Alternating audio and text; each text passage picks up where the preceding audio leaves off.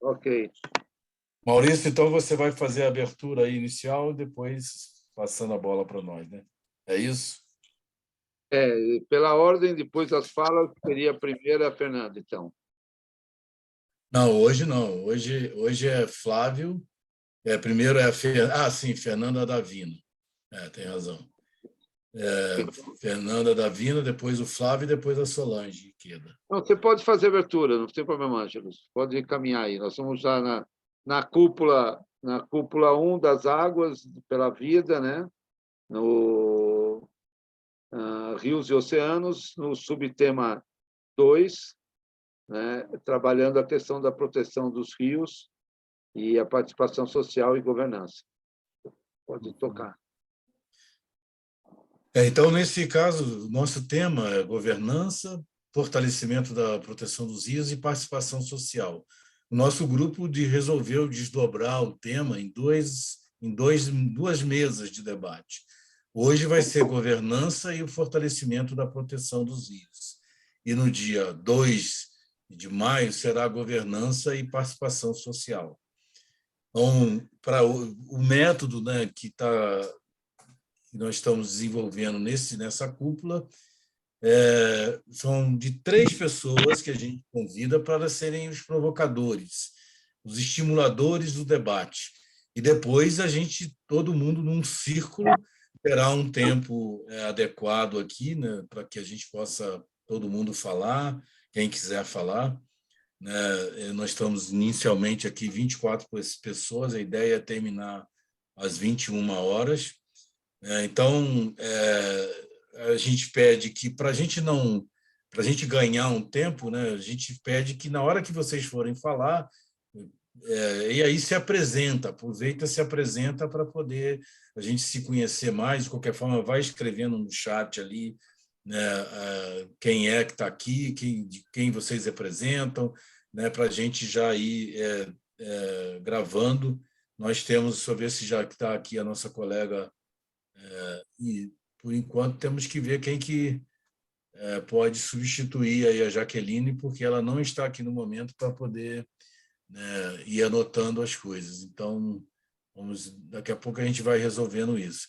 Mas meu nome é Ângelo Lima, né? Estou como secretário executivo do Observatório das Águas. Então, sem mais delongas, vamos passar aqui para Fernanda Ferreira, que é da Fundação Avina, e ela terá de 8 a 10 minutos aí para falar sobre a governança e o fortalecimento da proteção dos rios. Na experiência que a Fundação Avina tem, né, em relação a esse tema, que se trata especificamente também da gestão comunitária das águas. Então, Fernanda, você tem aí de 8 a 10 minutos, por favor, está com você a palavra.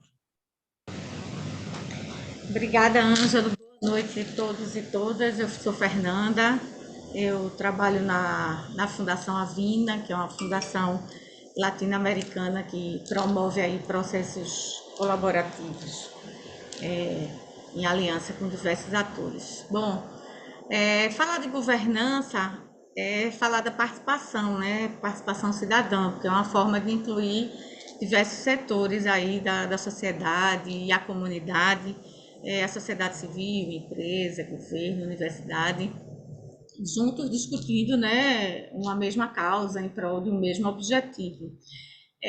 No tema de governança democrática e da água, a gente pode falar tanto para uma bacia, como é o caso desse nosso evento hoje, mas a gente também pode falar em governança democrática da água para um sistema comunitário de água, por exemplo, que é a nossa maior experiência aí enquanto Avina. Em 2010 ou 2011, há um tempo já, a Avina, quando começou o programa de acesso à água na América Latina, a gente foi pesquisar vários modelos de governança democrática da água. E aí a gente agrupou em três eixos. Como eu estou dizendo, é uma publicação aí de mais de 10 anos, que a gente pensa, não sei se esse ano ou no próximo, fazer uma atualização. Então, esse é o momento da gente até ouvir outros modelos para a gente colocar aí. Então, naquele momento, quando a gente pensou em 3 modelos de governança, a gente pensou o primeiro modelo, que era o de gestão comunitária de água, o segundo de mobilização social e de tecnologia, e um terceiro de controle social. E naquele momento, o modelo de gestão comunitária de água, que é uma grande experiência que a gente tem, a gente viu que existem as organizações comunitárias de serviço de água e saneamento, que são as OCSAs, que elas funcionam a partir da mobilização comunitária, né? Numa linguagem bem simples, é um grupo de vizinhos, de comunitários, que estão ali gerenciando um sistema de abastecimento de água comunitário. O segundo modelo aí de governança democrática que a gente viu foi o da mobilização social e tecnológica, né? Então, um dos exemplos aí a gente mapeou como a ASA aqui no Brasil, a Articulação do Semiárido, né? Que ela disponibiliza tecnologia de baixo custo para resolver problemas de acesso à água nas comunidades. E o terceiro modelo que a gente pensou de governança é do controle social para incidência em políticas públicas. Naquele momento, como eu disse, a gente colocou como exemplo Matanza Riachuelo, que é um rio que tem na cidade de Buenos Aires, na Argentina, né? Naquele momento, um grupo de pessoas estava incomodada com a poluição do rio, com o descarte irregular ali de lixo, de dejetos naquele rio, e esse grupo se mobilizou. Então, a gente avaliou que seria um dos modelos de controle social e incidência, né? Depois eles fizeram várias ações, inclusive criaram uma plataforma online para monitorar aí o problema ambiental e do rio que foi causado por conta dessa má gestão da água.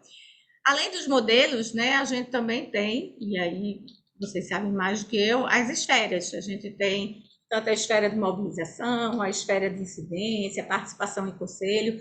Então, é uma coisa muito ampla esse tema de governabilidade, de governança democrática da água. E uma coisa que a gente sempre fala que a gente tem que estimular as diversas formas de governança, não importa o tamanho, se é numa comunidade, se é numa cidade, se é num país, se é numa bacia, né? Mas a gente precisa estimular, precisa que as pessoas vejam que aquela governança não tem a ver com tamanho. Não é porque é um grupo de uma comunidade que tem 5, 6, 20 famílias que ela não vai ter o mesmo impacto. Então, a gente estimula porque está todo mundo ali incidindo em prol de uma mesma causa, né? E tem várias estratégias que podem, da governança, que vão fortalecer aí o sistema de águas que a gente tem, de um modo geral. Uma das coisas que a gente coloca, que eu pensei, quando eu fiquei pensando hoje, que a gente coloca de oportunidade, a gente está trazendo também para o debate dos rios, ampliar esse debate com aquelas comunidades que dependem do rio para ter o seu sistema de abastecimento de água, por um exemplo, ou que dependem do rio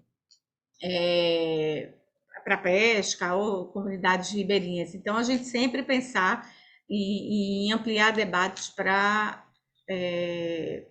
vários outras pessoas ou outros grupos que às vezes não estão participando, né? E uma coisa super importante é esse diálogo aí multissetorial que é possível, né? A gente debater aí, que a gente tem muito nos comitês de bacia. Mas como desafio, e aí para finalizar, como desafio eu coloco essa participação qualificada, né?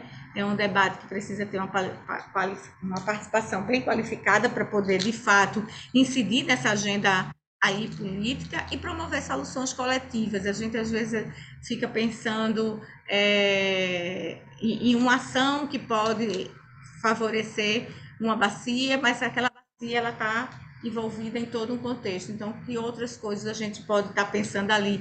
Que restauração a gente pode pensar daquele ecossistema que está ali junto da bacia? Pensar em soluções que sejam coletivas e soluções também que ampliem o nosso olhar nesse tema aí de governança democrática da água.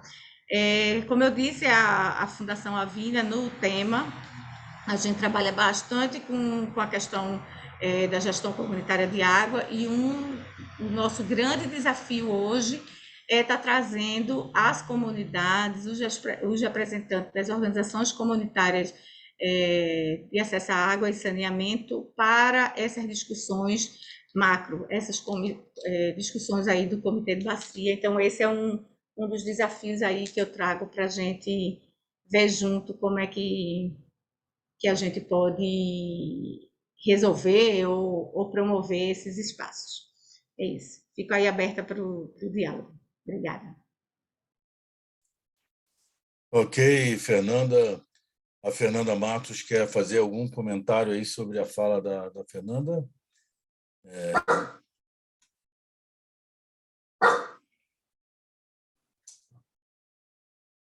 Hein? Não quer? Então, vamos passar aqui para o Flávio Montiel. Você teria um pouquinho mais de tempo aí, viu, Fernanda, se você quisesse. Tem mais um pouquinho, se você quiser abordar mais alguma coisa.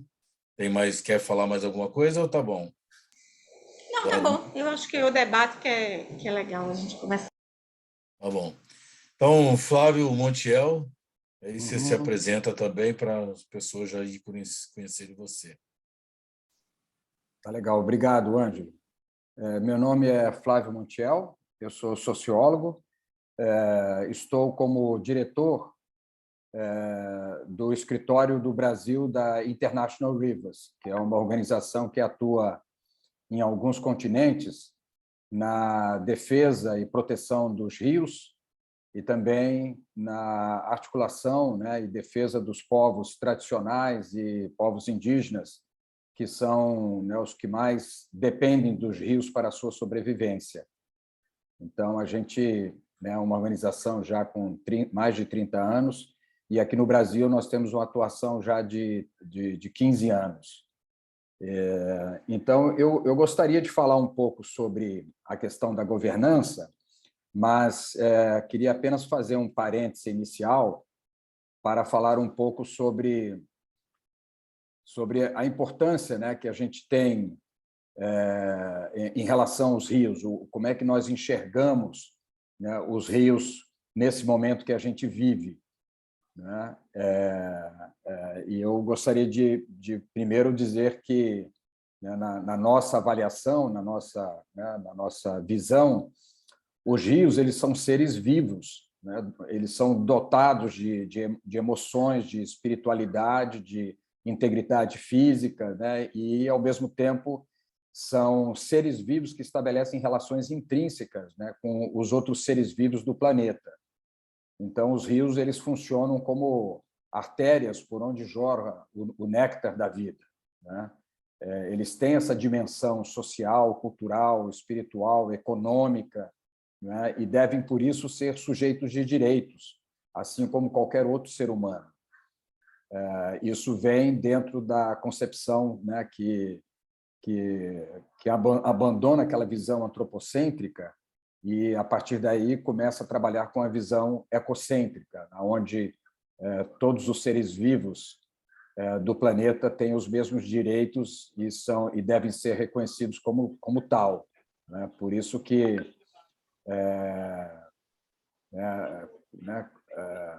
todo ser vivo, né, tem o seu valor, e independentemente da sua utilidade para os seres humanos, né? Nós não devemos nos colocar como centro, né, e achar que os outros seres vivos estão a nosso dispor. E por isso que os nossos rios não devem ser tratados apenas como um recurso hídrico, né, a ser utilizado, a ser usurpado, né, muitas vezes de maneira irresponsável, como acontece, né? Ou mesmo como hoje a gente vê, né, já sendo tratado como uma mercadoria, né, a água sendo tratada como uma mercadoria, como a gente vê hoje sendo cotada na Bolsa de Valores de Nova York, que é assim o absurdo do absurdo, né? Quer dizer, sem os rios não há vida na Mãe Terra, né? Sem os rios nós não conseguimos ter essa diversidade toda que nós temos dentro do planeta, né? Por isso, é necessário que a gente possa repensar as nossas relações com a natureza, né? Repensar as nossas relações entre nós mesmos, para que os rios possam ter o devido tratamento, né? Com dignidade, né?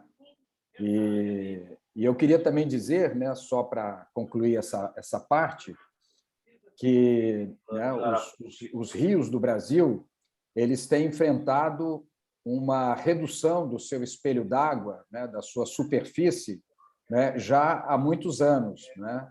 E, claro, né, em função, né, da pressão que os rios sofrem, né, das condições que eles sofrem em função da poluição com poluição, né, falta de tratamento de esgotos, né, falta de com a poluição industrial, né, com a produção agropecuária em larga escala, né, que contamina os rios com agrotóxicos, né, com o próprio desmatamento, né, e com né, o lixo, né, com o despejo de metais pesados pela mineração, né, e, consequentemente, com as mudanças climáticas, né, isso tem impactado a dimensão do espelho d'água dos rios do Brasil. Só para você ter uma ideia, em 1991, nós tínhamos uma superfície de água no Brasil de 19.700.000 hectares, né, de superfície de água, né, porque a superfície de água no território brasileiro representa 2% do território nacional, né, e já em 2020, essa superfície caiu para 16.600.000 hectares, o que representa uma redução de aproximadamente 15%. Ou seja, né, de 91 a 2000, houve uma redução de 3 milhões de hectares de perda de superfície de água. Ou seja, alguma coisa está acontecendo, alguma coisa precisa ser feita para que a gente não continue, né, no mesmo ritmo de redução, né, de nossa superfície de água e, portanto, dos rios, né? E é claro que, nesse processo, existe um componente muito grande, que é a questão do desmatamento, que todos os biomas brasileiros vêm sofrendo, né? E nesse aspecto, né, o Pantanal foi o bioma com a situação mais crítica, né, que nós tivemos, né? Porque em 85 o bioma tinha aproximadamente 2 milhões de hectares e já em 2020 essa superfície de água caiu para 500.000 hectares, né? Uma redução de 68%, né? E o Pantanal, nós sabemos a fragilidade que é esse bioma e também a importância que ele exerce, né, dentro do processo do ciclo hidrológico e da regulação, né, das águas, né, e até do clima dentro do nosso país, né, dentro do Brasil.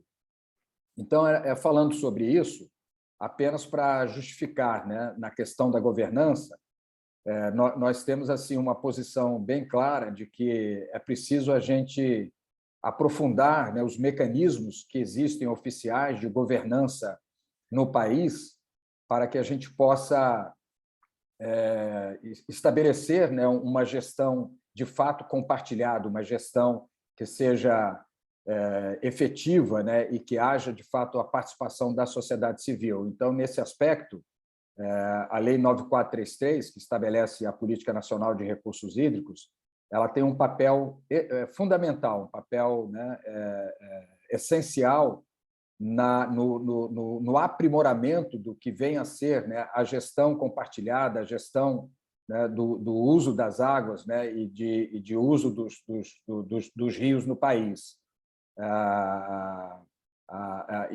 Mas, assim, na prática, o que a gente vê é que, muitas vezes, né, a composição dos comitês de bacias eles não refletem, né, essa composição paritária, né? Muitas vezes você tem uma presença maior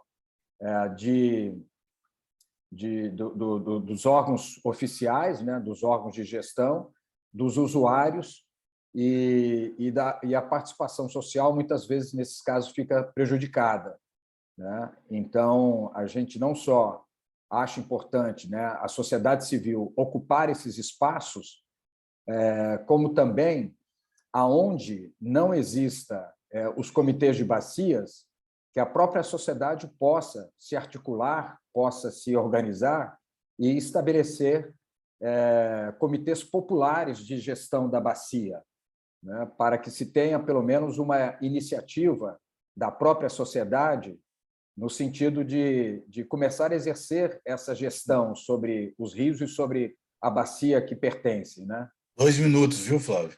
Legal. Então, para finalizar, eu gostaria apenas de falar que, dentro dessa experiência de governança, a International Rivers, junto com várias outras dezenas de organizações, criou uma coalizão chamada Coalizão para a Proteção Permanente dos Rios. E essa coalizão ela vem trabalhando em diversos temas que representam hoje as principais ameaças, né, que nós temos em relação aos rios. E dentro dessa coalizão nós realizamos uma série de atividades que ela foi criada em novembro de 2020, portanto, ela é bastante recente, e nós realizamos algumas atividades, como, por exemplo, nós aplicamos um questionário perguntando sobre o diagnóstico sobre a realidade dos rios, sobre os principais ameaças, os principais vetores, né, que ameaçam os rios e os principais responsáveis. E nesse questionário nós tivemos mais de 89 respostas entre participantes do sistema do SINGRE, né, e não participantes, e foram respostas praticamente de 18 estados brasileiros, das 5 regiões brasileiras, e com respostas bem interessantes com relação à questão dos direitos humanos, à questão da governança, com relação também aos ecossistemas aquáticos. Então, foi uma experiência muito rica.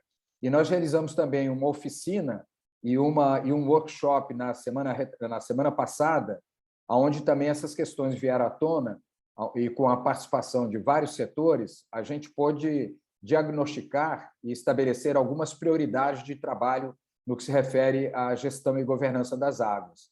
Então, essa experiência é apenas para dizer que é importante, né, que a sociedade civil possa estar organizada, independente, né, dos mecanismos oficiais que existem, para que a gente possa colocar uma pauta junto aos órgãos de gestão dos recursos hídricos e, assim, podermos avançar a nossa agenda de proteção que nós temos hoje aqui para o país, né? Principalmente num governo, como a gente vê, né, que está contra qualquer linha de pensamento que seja relacionada à proteção do meio ambiente e à proteção das populações tradicionais e indígenas nesse país.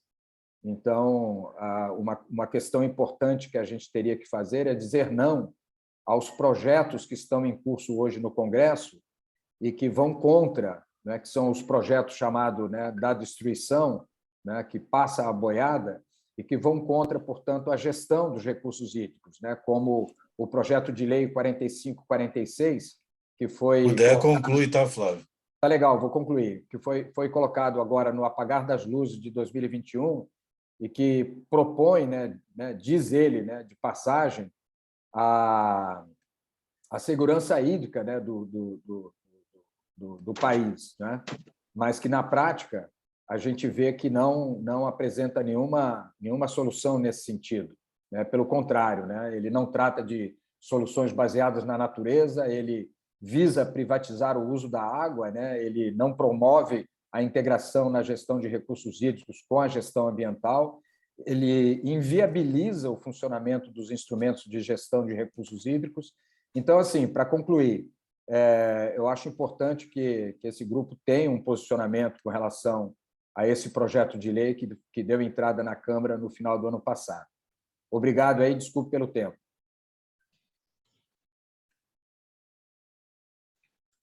Ok, Flávio, obrigado aí pelas provocações. Vamos lá passar para a Solange. Solange, talvez agora dê certo aí para você apresentar. Se não der certo, eu apresento aqui, que eu estou com o seu slide. Eu vi aqui que estava marcado que somente um podia se apresentar. Eu acho que agora você também pode apresentar. Vê aí se deu certo. Deu sim. Você tem 10 minutos.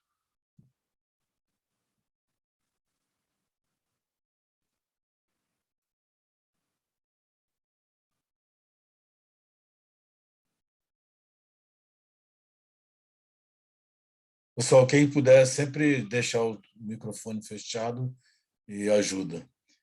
Bom, Solange, está com você a palavra.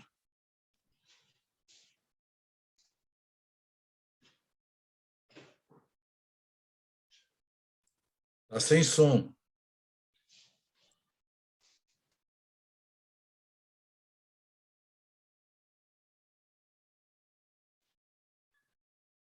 A gente começar tudo de novo aqui, rapidinho, que eu não tinha aberto o som. Eu vou começar, eu acho que não está indo para modo apresentação. Eu vou colocar os slides que fica mais fácil para falar do Pantanal e dentro do tempo, tá?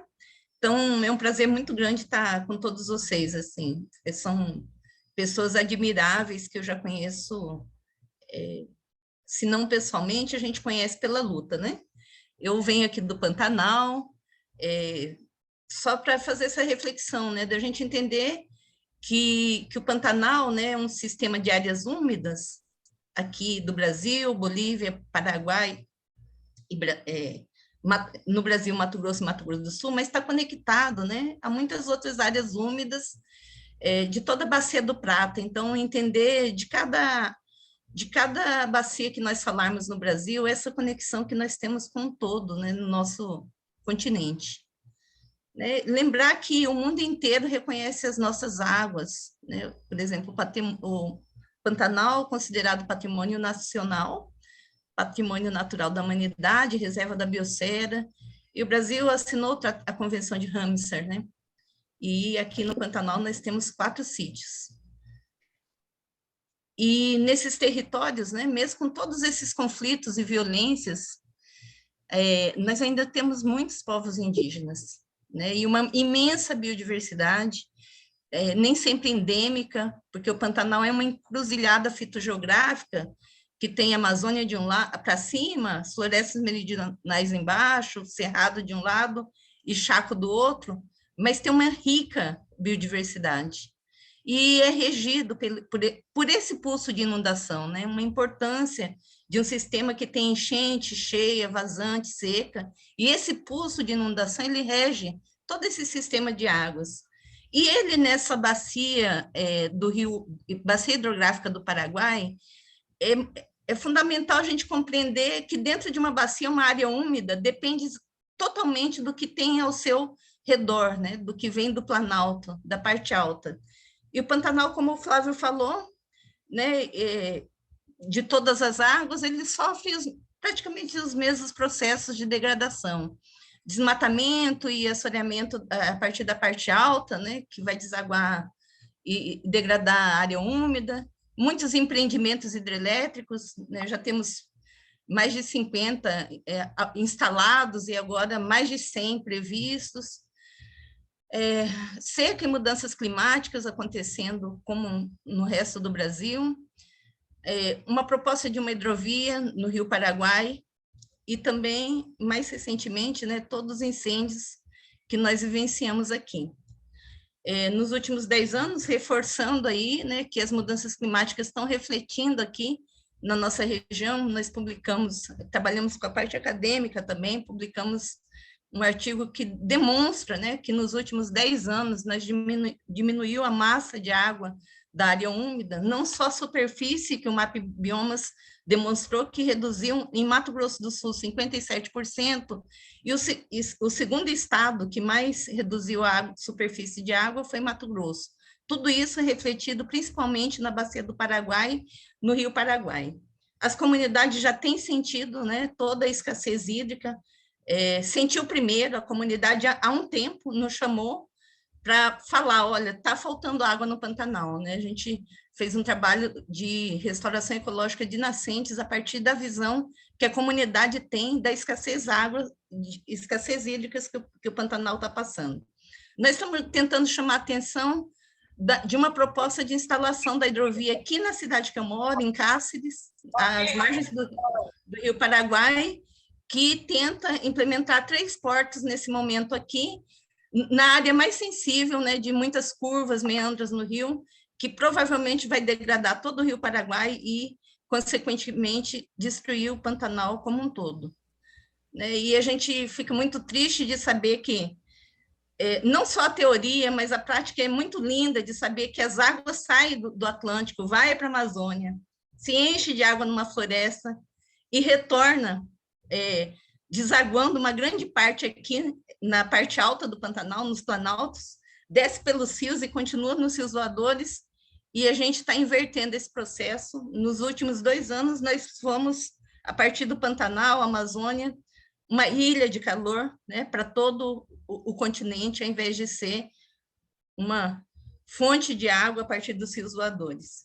Nós tivemos mais de 4 milhões de hectares queimados em 2020, aqui no Pantanal, e 20 e um pouco depois, e mais de 16 milhões de animais podem ter morrido, direto ou indiretamente, né, devido a esses incêndios aqui. E as comunidades são as que mais sofrem, né? Nós temos comunidades no meio do Pantanal que ficaram totalmente desoladas com os incêndios que aconteceram recentemente aqui. E a escassez hídrica é sentida por todos os grupos sociais hoje aqui no Pantanal, né? Do turismo aos pequenos agricultores, às comunidades tradicionais, às comunidades urbanas. E venho chamar a atenção que no Pantanal tem muita gente, tem comunidades tradicionais, né? Reforçando que é um sistema único no mundo que precisa ser visto, né? E precisamos chamar a atenção. Acho que todos os nossos sistemas são muito importantes. E nós estamos na década da restauração da ONU, que convida a gente para esse processo, né? Mas é importante compreender um processo onde a gente tem a participação de muita gente. Venho aqui reforçar que até políticos, todos os grupos sociais, é o momento que a gente encontra o melhor sorriso, é no momento que as crianças plantam, os jovens plantam, os comitês de bacia, né? A gente faz muito isso. Um momento de felicidade, se desse para medir a felicidade, é esse momento que a gente planeja junto, dialoga e sonha junto, né, em mudar um pouco o mundo, e nesse momento que a gente está plantando conjuntamente, todos os grupos sociais parece que reconhecem essa necessidade e sente essa felicidade nesse momento. Então, isso é muito curto do que eu estou falando aqui, mas nós temos que, como recomendações, né, planejamento, no nosso caso, né, nós sabíamos que íamos passar por todo esse processo que estamos passando nesse momento aqui no Pantanal, né, e considerar como prioridade essa necessidade de conservação e sustentabilidade. Eu tenho acompanhado, vou em quase todas as audiências públicas do Pantanal, falar, dar palestras, etc., mas o que eu vejo é que existe um imediatismo, né, que leva a muitas ações pontuais, né? O gasto de recurso que nós tivemos para apagar o fogo no Pantanal é impressionante, né? É como se a gente estivesse tentando apagar algo que não resolveria o problema, né? E que vai manter esse problema um pouco mais para frente. Então, nós temos que parar de pensar nessa sociedade dessa forma imediatista, com ações pontuais, etc. Eu vejo aqui também no Pantanal a ampliação do uso da água subterrânea. Eu acho que nós deveríamos conjuntamente pensar onde vamos chegar. E aí, como a Fernanda falou, o Flávio falou, e eu vejo que esse grupo aqui vai muito nesse sentido, que é ouvir das diversas vozes, né? Nós temos que reconhecer que todos esses grupos sociais que temos nos territórios, eles estão pedindo socorro, né? Chamando atenção, né, para essa nossa casa, nosso bem comum, né? E as comunidades mais vulneráveis, elas devem ser protegidas. Elas não estão sendo protegidas nesse momento de impacto, de crise. As comunidades mais vulneráveis são as que são mais cobradas. Então, a gente chama atenção para essa situação. Então, só para finalizar aqui, chamando atenção para todo mundo, né?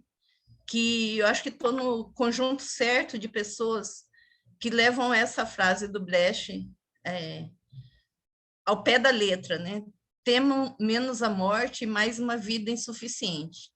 E já finalizado, dizer que é com muito prazer mesmo que eu me uno a outras pessoas como as que estão aqui nessa sala hoje, porque eu sei que a gente está pensando conjuntamente, nós estamos conjuntamente incidindo, construindo os comitês de bacia, participando de todos os processos democráticos onde podemos, né, ser ouvidos e podemos incidir para uma mudança.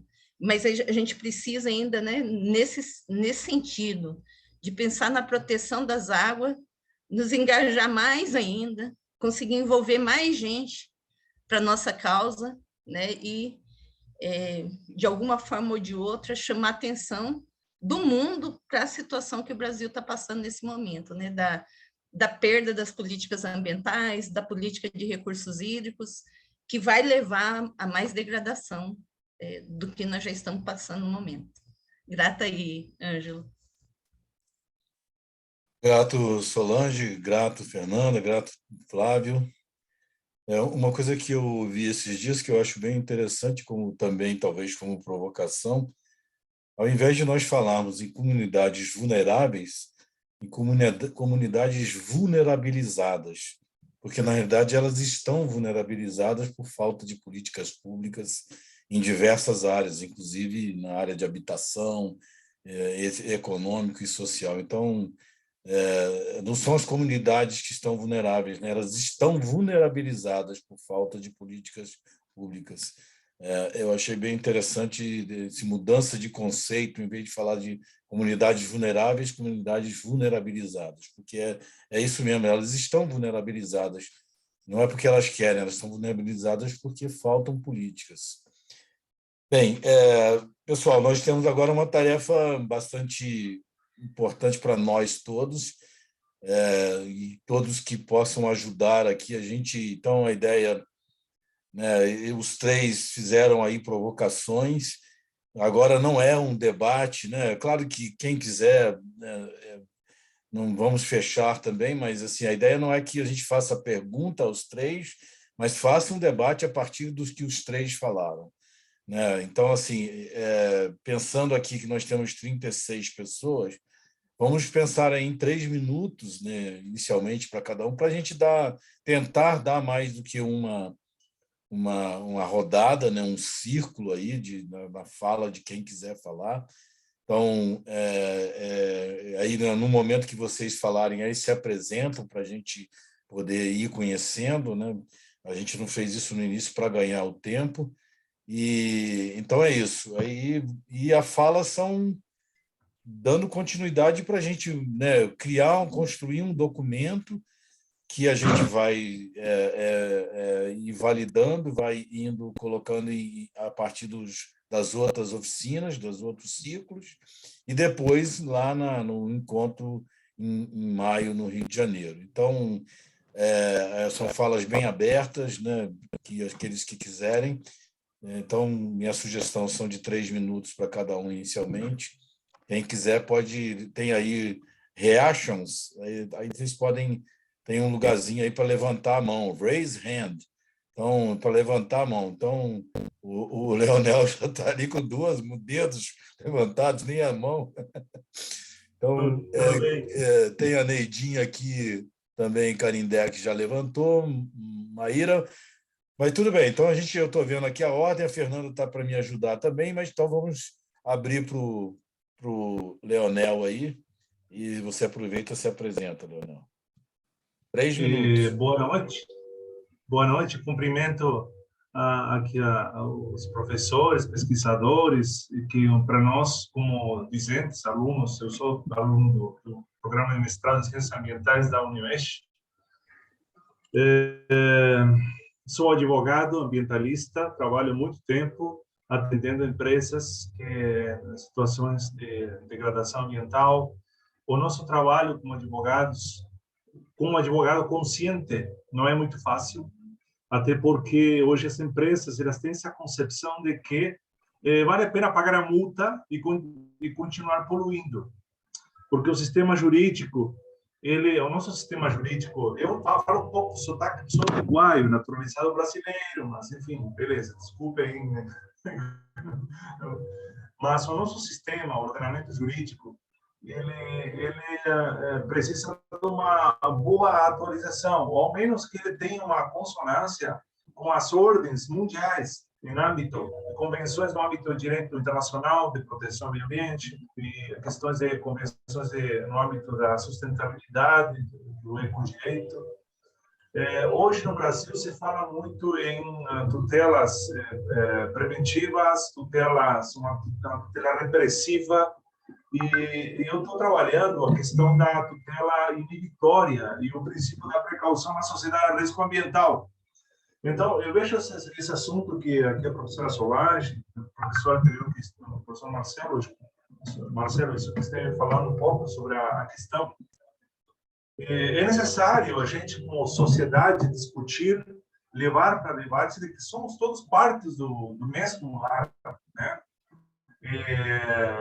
Somos, a Mãe Terra reclama por justiça, para que todos, a partir do nosso papel, possamos desempenhar uma função ativa e concreta. Esse projeto de lei 4546/2021, que o professor citou ali, é uma vergonha. Um minuto, tá? Esse projeto tem tantos outros que estão sendo gestados por interesses meramente econômicos. Agora, hoje na aula, o nosso professor, nós estamos discutindo sobre ecodireito, ecossustentabilidade e sustentabilidade de desenvolvimento sustentável. Falta trabalhar essa questão da consciência de que todos estamos no mesmo lado. Antigamente, na era industrial, os grandes danos, os danos ambientais, afetavam de forma local, pequenas colônias humanas. Hoje, um dano ambiental, como na Amazônia, o desmatamento ilegal, né, afeta a nível global, na globalidade, todos nós como cidadãos planetários. Então, é preciso desenvolver um direito que tenha como base epistemológica trabalhar com o dano futuro, com prevenção e dano futuro, precaução, para que... Conclui, por favor, tá? Não. Como que é? Conclui, por favor, porque... Então, eu estou pesquisando muito e acho que é importante esse debate para que a gente possa estar promovendo um meio ambiente sustentável, um meio ambiente limpo, com energias limpas para todos nós. Muito obrigado. Obrigado. Desculpe, viu, gente, mas para a gente poder manter aí o canal aberto para que muita gente fale, vamos tentar ser rígido aí nos 3 minutos. Neidinha do Canindé aqui, por favor, 3 minutos. Boa noite a todos e a todas. Só para dizer, eu sou Neidinha da Canindé, aqui de Rondônia, que trabalha com povos indígenas e meio ambiente. Hoje nós estamos fazendo 2 anos do assassinato de Ari Urueuauau, que era um defensor da floresta, um defensor da terra indígena, e que foi assassinado, e até hoje não temos nenhuma resposta da polícia e nem de ninguém. Importante saber, quando a gente discute recursos hídricos na Amazônia, que esses territórios estão sendo destruídos, o desmatamento está acabando com recursos hídricos, o assassinato do Ari está ligado a essas invasões de madeireiros e de grileiros, que destrói um dos recursos hídricos mais importantes do estado de Rondônia, que é da terra indígena Urueuauau, Parque Nacional de Pacaás, e a gente descobriu que esse governo maldito, bolsonarista, criou um conselho em cima do parque, que é onde nascem as 17 principais nascentes de rio do estado, colocando um bocado de religiosos lá dentro, num conselho que é de meio ambiente. Então, é uma loucura e retrocesso que estamos tendo na questão ambiental e na questão dos direitos humanos nesse governo. Então, nós precisamos muito, assim como foi colocado aí no Pantanal, a Amazônia, a Caatinga, os Pampas, o Cerrado, todos os biomas precisam mais do que nunca que a gente esteja atento e que a gente não permita esse retrocesso nos direitos. Obrigada, gente. Falei rapidinho para não tomar tempo. Um abraço a todos e todas. Muito obrigado, Neidinha. Você deu o recado e isso é muito importante para todos nós. E vocês, quando falarem, baixem a mãozinha aí, porque se vocês quiserem se inscrever novamente, eu não vou saber se vocês se inscreveram novamente. Obrigado. Então, agora é a Maíra, ou Mayra, né? É Mayra. Boa noite a todos, todas. Infelizmente, não vou poder abrir a câmera. Sou Mayra Egito, professora aqui do Instituto Federal de Alagoas, do campus Penedo, um campus ribeirinho aqui do Rio São Francisco.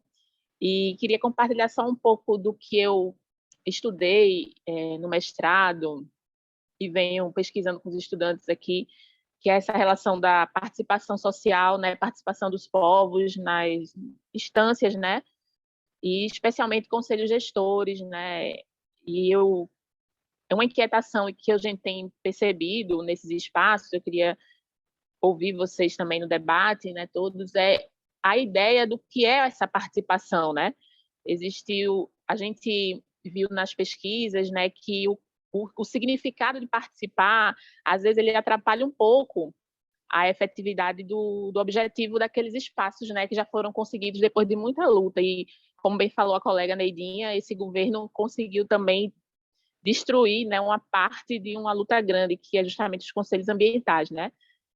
E aí eu queria provocar aqui na nossa conversa o que é essa participação, o que se espera desses povos nesses espaços, né? Eu falo mais especificamente dos povos tradicionais, dos ribeirinhos, dos indígenas, dos quilombolas.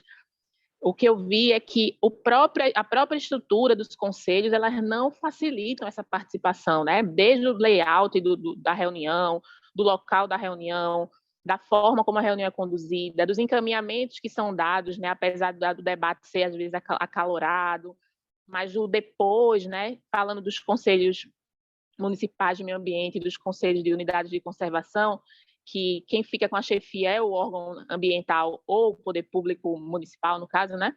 E aí quem encaminha, depois de tanto debate, é o poder público.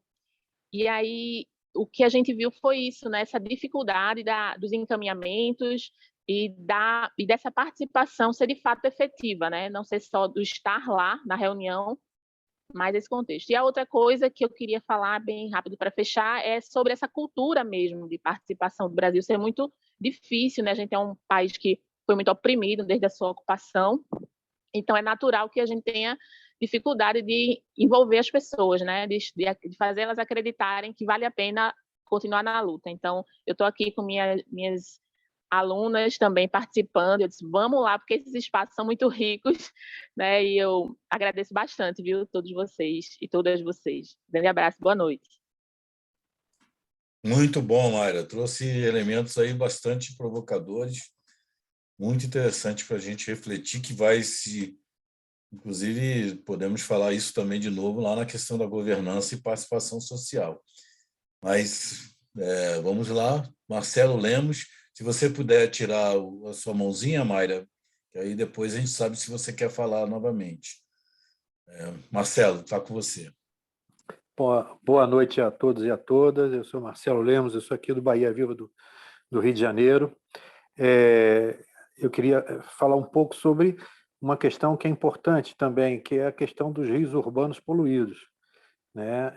Eu acho que cada vez mais a gente tem que lutar dentro das cidades para recuperar, né? Os rios estão perdendo, inclusive, o nome, ou seja, eles perdem a identidade, as pessoas chamam de vala, valão.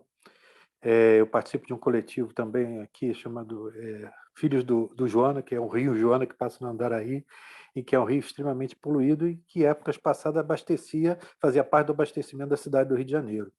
Então, essa é uma questão que é importante, ou seja, do ponto de vista não só de recuperar os rios da poluição, nós temos também outros problemas ambientais aqui no estado do Rio de Janeiro, né? Inclusive tem companheiros que a gente convidou para discutir sobre isso, que é a questão de instalação de PCHs, ou seja, pequenas centrais hidrelétricas em rios que já estão com várias centrais hidrelétricas e que acabam detonando as corredeiras e os locais de oxigenação dos rios, detonando a fauna existente ali, que já é pequena, e também a questão de ameaças aos rios provocadas por grandes mineradoras, grandes siderúrgicas, que não só utilizam as águas, mas também a questão dos rejeitos. É o caso, por exemplo, de Volta Redonda, que os companheiros também estão aqui, em que ameaça não só a Volta Redonda, mas boa parte do estado, porque se a montanha de rejeito, que está a menos de 100 metros do Rio Paraíba, se cair no Rio Paraíba, vai ser um desastre que vai parar o abastecimento de todo a Baixada e o Rio de Janeiro.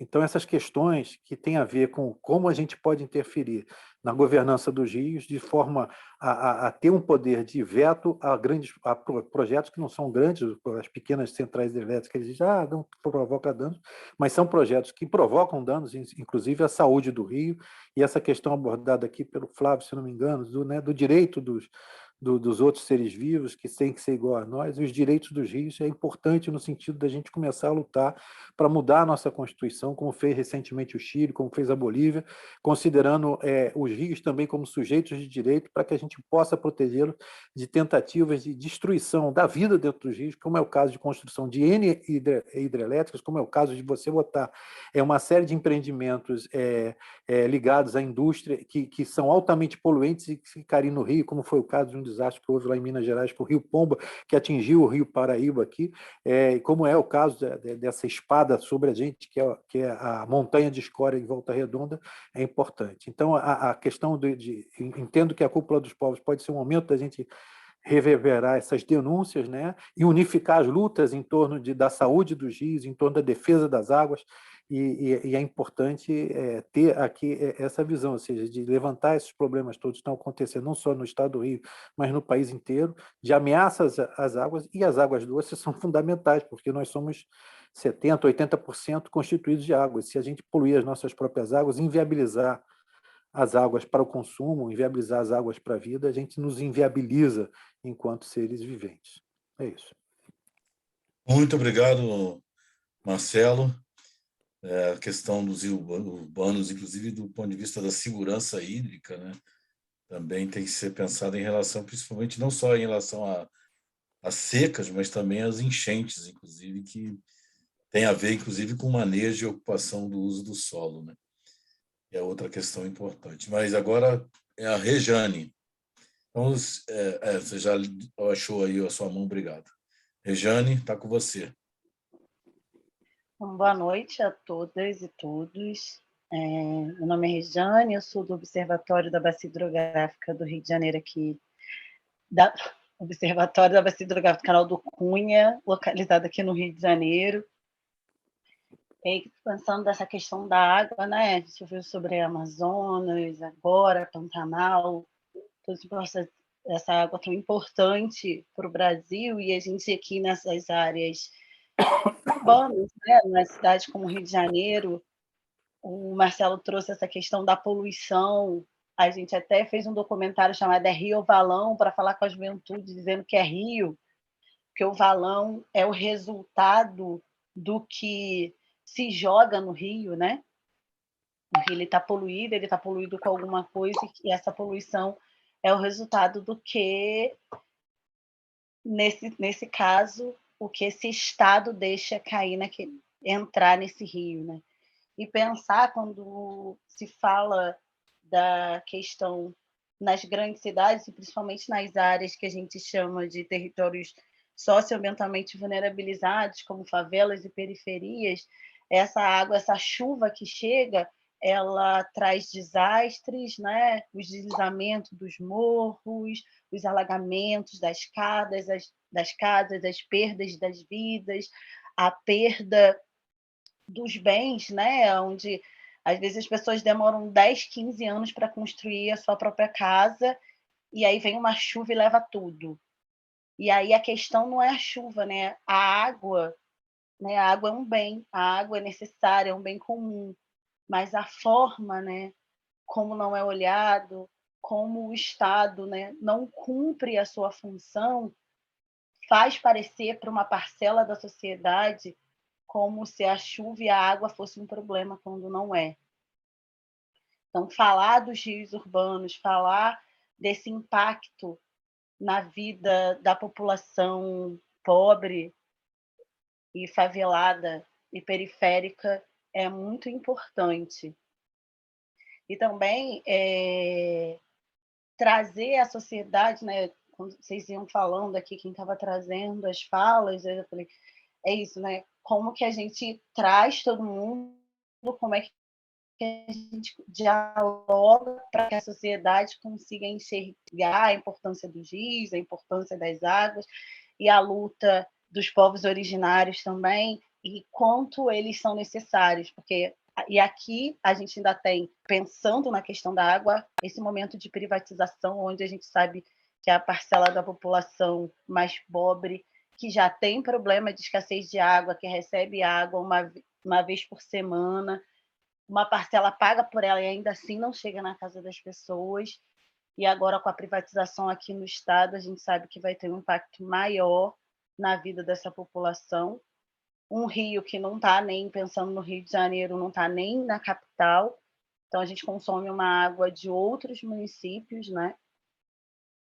Mas que vai impactar seriamente a vida dessas pessoas que já sofreram tanto agora nesse processo aí de pandemia, que não tinha água nem para beber, nem para tomar banho, nem para fazer comida, e que agora, mais uma vez, vai sofrer com a escassez, mas agora porque não vai ter dinheiro para pagar.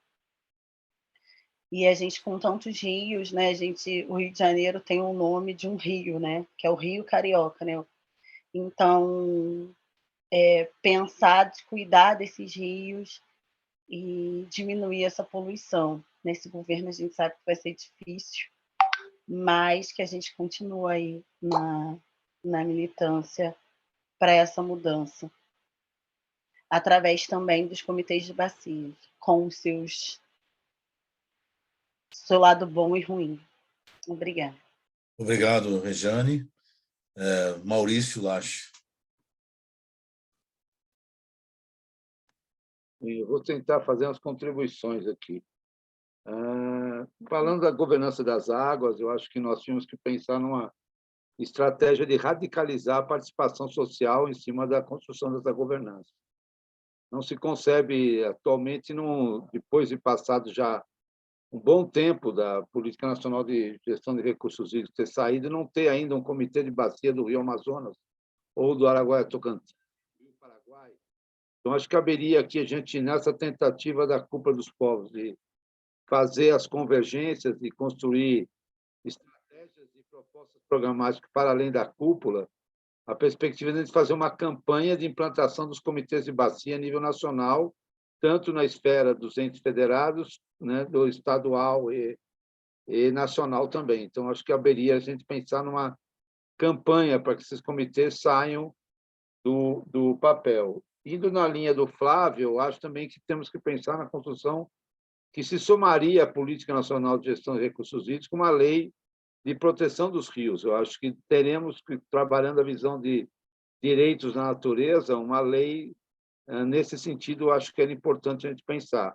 Assim como iniciativas de iniciativa popular, PLs, que a gente busquem as assinaturas para tal, a nível estadual e principalmente a nível federal, para construirmos por lei o que está definido por decreto. Por exemplo, a questão da deliberativa dos comitês de bacia, garantir isso de uma forma que ela não possa ser aviltada por novos PLs. Agora temos um PL do retrocesso, talvez pudéssemos pensar num PL de iniciativa popular que avance ainda mais na radicalização da democracia no que tem hoje na 9433. E aí eu faria algumas proposições, eu acho que o Flávio vai se lembrar, da necessidade de a gente pegar lá o artigo 3º da Política Nacional de Gestão de Recursos Hídricos, o artigo 29 também, que fala que compete aos entes federados promover a integração da gestão de recursos hídricos com a gestão ambiental e talvez rever um pouquinho o que está hoje dissociado. Hoje, o capital conseguiu fazer com que a agenda ambiental ficasse toda fragmentada.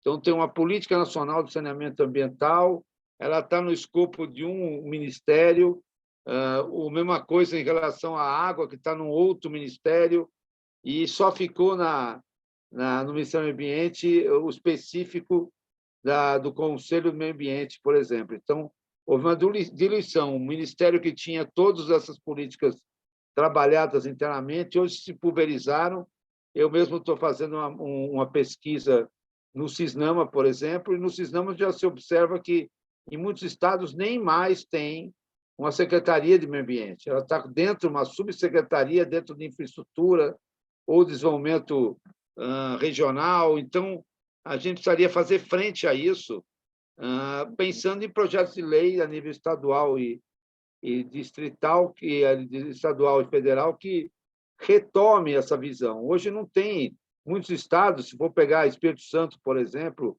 mais Santa Catarina, que é o mais emblemático deles, não tem mais uma secretaria de meio ambiente.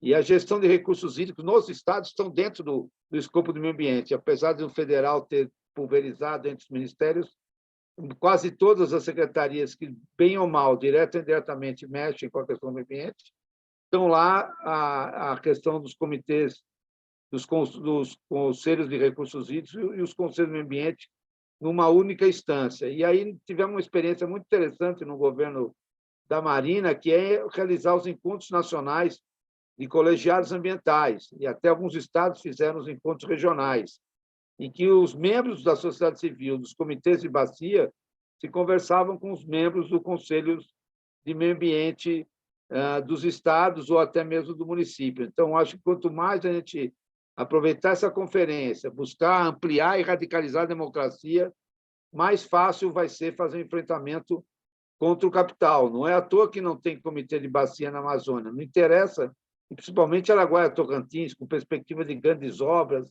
grandes projetos de irrigação, não interessa a eles que a sociedade civil seja empoderada do destino e da qualidade e da quantidade da água a ser disponibilizada para as diversas alternativas econômicas. E, por último, eu gostaria... Conclui, tá, Maurício?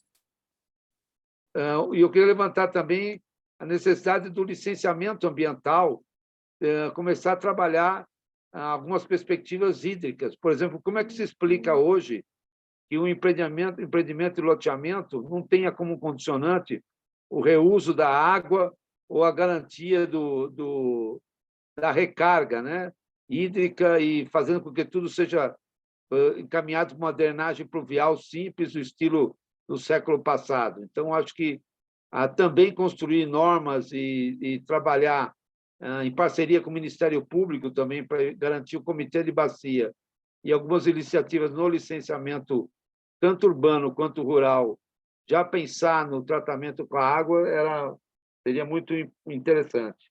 Então, acho que se a gente avançar e nessa perspectiva do ciclo 1, construímos uma grande aliança, uma grande articulação a todos que estão defendendo as águas no Brasil, era importantíssimo. Obrigado, Maurício. Sempre atentando aí para a gente... pode... Está escrito Felipe, o Ed e eu estou inscrito. Então, temos 3 pessoas inscritas, Felipe, Ed e eu. Depois, ainda temos tempo aí para inscrição, então, quem quiser, Maurício, você baixa a sua mão aí para a gente saber se você vai se inscrever de novo. Então, Felipe. Olá, boa noite a todos e todas. Sou do Instituto Floresta da C. Ribeiro, das microbacias de Maricá e Guarapina e de subcomitê da Lagoa de Itaipu, Piratininga, entre Niterói e Maricá. Uma das coisas que a gente está um pouco preocupado, não por causa da questão da ciência, da biotecnologia, né? Mas que a gente está um pouco preocupado que os governos, apesar... A gente está em 2 regiões com as cidades mais ricas, né, do estado do Rio, e que a gente vê que não está se dando atenção como deveria se dar aos rios, né, e estão usando, né, a biotecnologia para começar a tratar o final em vez de dar atenção aos rios. Então, isso preocupa muito a gente, porque todos os rios, né, tanto de Maricá quanto de Niterói, estão altamente poluídos, né? Tem a questão da especulação imobiliária, né, que pressionam os governos para a questão do adensamento populacional, né, e a ocupação acaba sendo muitas vezes irregular. e sobra tudo para o setor lagunar, né? Os dois. Então, o que está sendo feito aqui, que está preocupando, não que não se deva ser feito, mas que esse tipo de atitude vem acompanhado realmente por dar uma atenção maior aos cursos hídricos, né? E não se tente maquiar, né, no setor lagunar para justificar, né, a questão da especulação imobiliária, uma série de coisas dizendo que o sistema tá bom, né, a qualidade da água final tá boa, mas a gente sabe que os cursos hídricos estão totalmente poluídos. Obrigado, boa noite. Obrigado, Felipe. Trazendo mais daí também uma questão dos itens. Tem bastante coisa importante aí que a gente precisa depois registrar, né? Está registrando aqui, está gravando. Então, por enquanto, aqui está escrito o Ed e depois eu, né? Então, está aberto ainda para... Tem tempo ainda da gente inscrever mais pessoas para a gente poder colher mais falas aí. Vai lá, Ed. Olá, pessoal, boa noite. Queria deixar... Meu nome é Edmira Manajás, sou da Amazônia, mas estou aqui no Rio de Janeiro, fazendo doutorado na Rural. Participo de movimentos ligados à educação ambiental, a questões relacionadas ao oceano já faz algum tempo. E venho de um contexto de uma cidade ribeirinha na Amazônia, né, que está nessa grande transição entre rio e oceano, e que merece um pouco de atenção. E, nesse sentido, eu gostaria de deixar registrado aqui, na reunião de hoje, a necessidade da gente trazer nessa cúpula dos povos uma atenção especial na proteção dos estuários e manguezais, que, no contexto amazônico, certo? Talvez um pouco diferente de algumas outras regiões do país, se estende muito adentro do rio, certo? A gente tem manguezal em várzea estuarina para dentro do rio Amazonas, que vai quase para água doce. Então, a gente tem essa transição, né? A gente tem o estuário, essas grandes marés que acabam levando essa salinidade para dentro do rio. Então, para mim, é uma questão importante da gente pensar, né? Principalmente nos povos e comunidades que são dependentes desses ecossistemas. A gente tem aí os catadores de caranguejo, os marisqueiros que produzem, fazem manejo de ostra, e todos eles se encontram nesse local de transição, que não é praia, mas também não é rio, entendeu? Mas se encontra dentro de um espaço que a gente coloca como a foz dos rios, né? Quando eles vão ao encontro do oceano. E também colocar questões que eu acho que são importantes, que talvez não estejam muito dentro do contexto daqui da região sul, mas que lá para o norte são muito impactantes. De se pensar o impacto de indústrias, por exemplo, a gente teve questão da exploração de caulim, certo? Lá pela... Esqueci o nome da empresa agora, mas é uma empresa holandesa, certo? Que entrou em conflito direto com comunidade quilombola, com comunidade ribeirinha, certo? Ali na produção de alumínio, certo? Inclusive fazendo o deslocamento involuntário, deslocamento forçado dessas populações ali naquela região de Barcarena, certo? No estado do Pará. Da mesma forma, a gente tem impactos no Amazonas, lá próximo de Coari, com poluição de rios, coisas que muitas das vezes nem chegam dentro desse mainstream, mas relacionados a conflitos, certo? A gente tem muito forte questão de garimpo em terra indígena, afetando toda uma população na região amazônica, certo? A gente tem aí pesquisa mostrando que 70% da população de Santarém está contaminada por mercúrio no estado do Pará. Da mesma forma, nas comunidades indígenas, isso é muito impactante.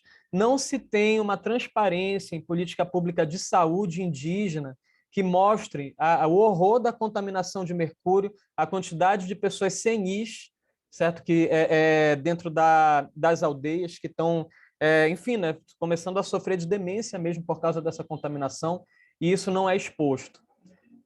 E para finalizar, também falar sobre essa questão do transporte portuário, as hidrovias, principalmente agora que está se formando esses canais de escoamento de soja no sul do Pará, certo? Que estão acabando com a vida dos pescadores artesanais que vivem nessa região, porque cria limitação de acesso de território pesqueiro, certo? Isso já acontece em várias regiões, certo? No litoral a gente vê mais isso, porque não pode chegar perto de plataforma, não pode chegar perto de área portuária.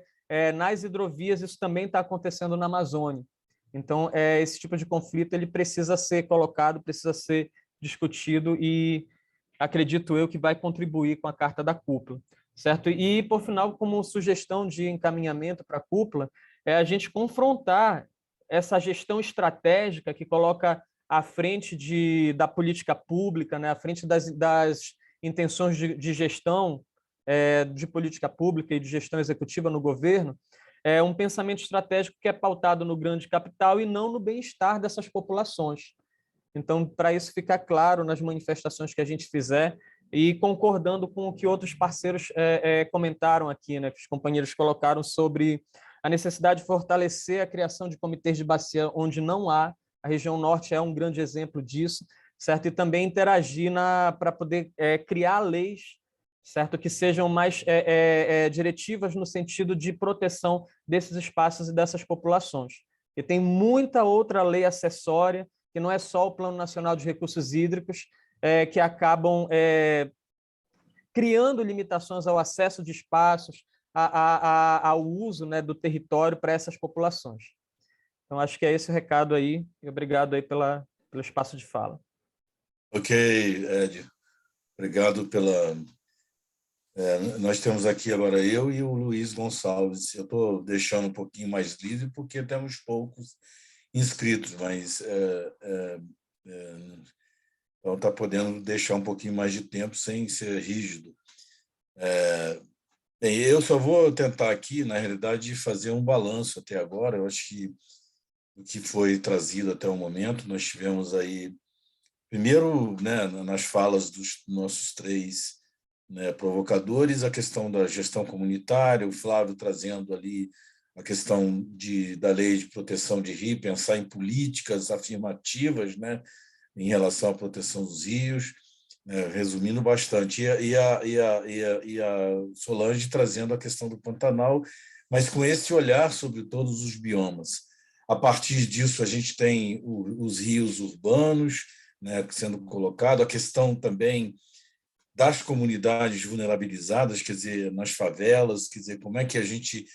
Eu acho que a colega trouxe uma questão muito importante para a gente refletir sobre, né, somos a favor e temos que ser, me parece que a favor das políticas de participação social, mas é claro que temos que avançar, inclusive, nesses modelos, né? Eu acho que a gente precisa discutir isso, inclusive, nesses modelos de participação social, de como que pode avançar, inclusive nas formas de reunião, nos formatos, etc., que possam facilitar a participação da sociedade em todos os conselhos, não só nos comitês de bacias.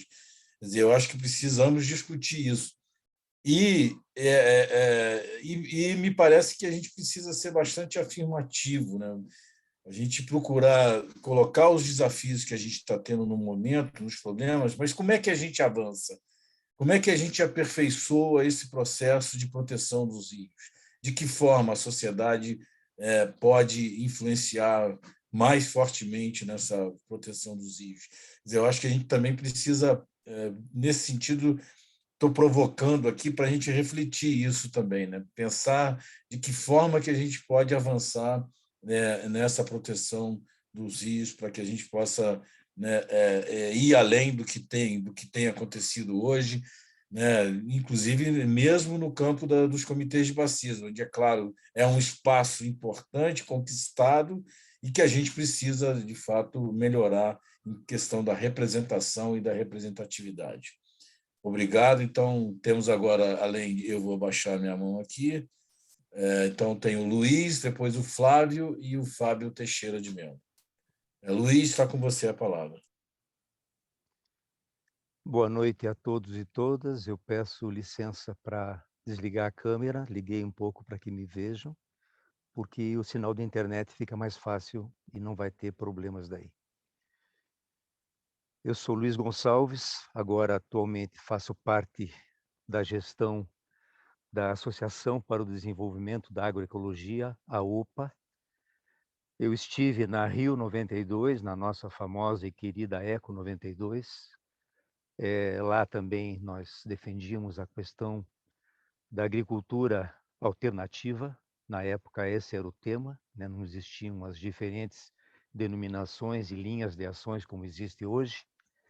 E hoje, dentro da OPA, de promoção da agroecologia, eu queria fazer as seguintes colocações com respeito às águas, né? Nós somos uma associação que tem sede na Grande Curitiba. Nós fazemos parte da rede Ecovida de certificação participativa, né, dos SPGs, que certificam participativamente as propriedades agroecológicas. 27 municípios da região metropolitana de Curitiba, com 44 grupos, em torno de 10 famílias por grupo, então 400, mais ou menos, um pouco mais de 400 famílias representam essa entidade. E enquanto rede Ecovida, nós temos mais de 1.000 famílias, né? Pegando Paraná, Santa Catarina, Rio Grande do Sul e a região ali do Vale do Ribeira, alguns produtores ali também. Então, para nós, para o sistema de certificação agroecológica, é fundamental a questão da água. Um dos primeiros passos que a gente tem quando uma família quer se certificar agroecologicamente, e aí a gente diferencia da certificação orgânica, são as exigências que a agroecologia se aprofunda em respeito à certificação orgânica. Proteção das nascentes, áreas de proteção permanentes, né? Áreas de proteção ambiental são fundamentais nos quesitos básicos para que exista essa certificação. Nós, então, protegemos as nascentes, recuperamos as nascentes. Nós não permitimos o plantio de transgênicos dentro das áreas certificadas. Com isso, a gente também não permite a contaminação, né, pelos agrotóxicos poderosos que vêm do transgênico, que contaminam o solo, contaminam o lençol freático, contaminam os alimentos, que a maioria deles, né, tem mais de 70%, 80%, 90% de água dentro dos alimentos que são ingeridos. E a gente protege, com certeza, os rios, né, não havendo o assoreamento, não havendo o carreamento das águas contaminadas por agrotóxicos. Enfim, a gente quer salientar a importância desse sistema de produção de alimentos limpos, de alimentos não contaminados, diante e dentro da questão das proteções das águas em geral. Proteção de nascentes, proteção dos lençóis freáticos e proteção, né, das águas que escorrem e saem dos nossos córregos e chegam nos nossos rios pela água que corre da chuva. E achamos que isso é fundamental dentro desse escopo, né, dessa proteção, né, das águas. E gostaríamos de poder colaborar na medida do possível, né, nesses 30 anos depois, com bastante esperança, do verbo esperançar, apesar de estarmos vivendo um período extremamente sombrio, negativo, como vários colegas já colocaram. Outra questão importante também dentro das nossas participações é que a gente incita, inspira e influencia os nossos produtores a participarem dos conselhos afins dentro dos seus municípios, né? Conselho de Segurança Alimentar e Nutricional, Conselho de Meio Ambiente, Conselho de Políticas Culturais, que envolve também a questão da água, né? Conselhos de Agricultura e de Turismo. Isso é uma das nossas estratégias, assim, para que possamos cada vez mais, enquanto produtores, né, das unidades de produção da agricultura familiar agroecológica, estarmos coparticipando das gestões municipais. E como tudo, né, começa, o meio ambiente começa do meio da gente, dizia o nosso companheiro, né, Ari Para-Raios, lá na Rio 92. Esse era um dos jargões que a gente manuseava na época lá, né? Então, começa no meio da gente, vai para o quintal da gente, vai para a propriedade, vai para o município e assim cresce sucessivamente até atingir uma nação, como é o caso, né, das proteções dos rios que já foram citadas aqui no Chile, na Bolívia, como é o caso dos grandes trabalhos aí da natureza como sujeito de direitos, que já se conseguiu ali no município de Florianópolis, através, né, de um vereador interessado nisso, conseguiu convencer, como existe na Cidade do México e em muitas outras cidades também. Então, com isso, eu fecho a fala, passo a palavra e dizendo que está muito rica a nossa reunião. passo a palavra. Obrigado, Luiz. Se eu puder, abaixa a sua mãozinha aí, porque se você quiser se inscrever de novo, a gente fica sabendo. Obrigado. Então, olha só, nós estamos 20h37 aqui, né? Então, temos o Fábio Teixeira de Mello e a Rejane inscritos. Nós vamos, para a gente não correr o risco de ultrapassar muito do nosso horário, vamos, na fala do Flávio, quem quiser se inscrever, se inscreva aí pela primeira vez ou novamente, e a gente, então, depois fecha para fazer os encaminhamentos, enfim, e as palavras finais aqui. Então, ok? Na fala do Flávio, então, quem quiser se inscrever, temos já inscritos Flávio, Fábio e Rejane. Então, Flávio, está com você aí. Vamos tentar a gente agora cumprir aí com os 3 minutos. Tá legal. Tá bem, Ângelo, obrigado. Não, pessoal, eu só queria também acrescentar 2 pontos. Primeiro, com relação à parte de proteção de rios, além do nosso posicionamento com relação a esse projeto de lei, né, 4546, né, que estabelece supostamente uma segurança hídrica, né, mas que não tem nada a ver com isso. A coalizão também discutiu, a partir de uma proposta elaborada por nós, uma proposta de um projeto de lei que acrescenta, né, dispositivos à Lei 9433, né, que institui a Política Nacional de Recursos Hídricos, né, para estabelecer a categoria de rios de proteção permanente. Quem tiver interessado em conhecer um pouco mais essa proposta, eu posso enviar. E nessa proposta, resumidamente, nós procuramos criar 3 categorias de rios de proteção permanente. Principalmente, né, a primeira categoria, os rios de alta importância ecológica, né, aqueles socioambiental, aqueles que são essenciais para a reprodução da ictiofauna, para a conservação da biodiversidade, para os processos hidrológicos, que contenham espécies da fauna e flora endêmicas ou raras, né, que mantenham os processos ecológicos essenciais para a prestação de serviços ecossistêmicos, né. A segunda categoria seriam os rios de alta importância sociocultural, né, os quais incluem, né, os ambientes sagrados, né, que integrem as cosmovisões, né, e patrimônios culturais das comunidades tradicionais, quilombolas, indígenas, e que proporcione, né, também o lazer, o bem-estar e a saúde das comunidades e do seu entorno.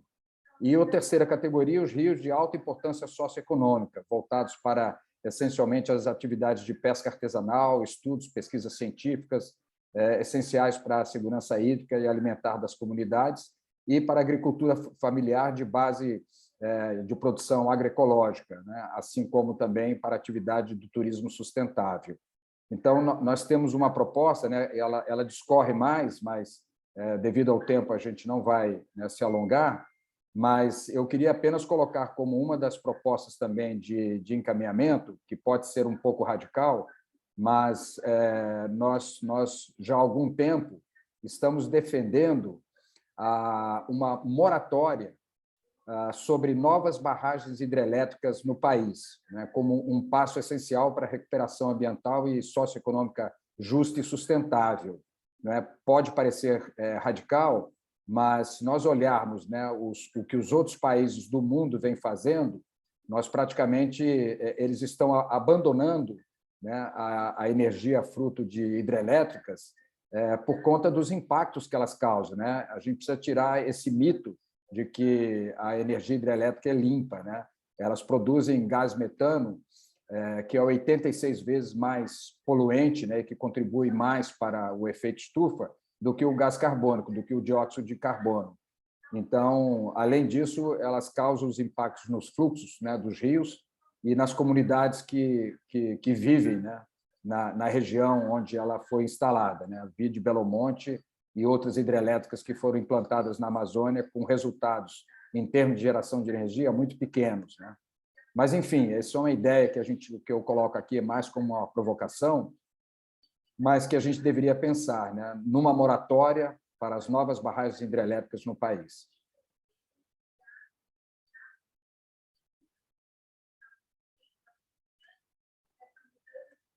Você está mudo, Ângelo, você está mudo.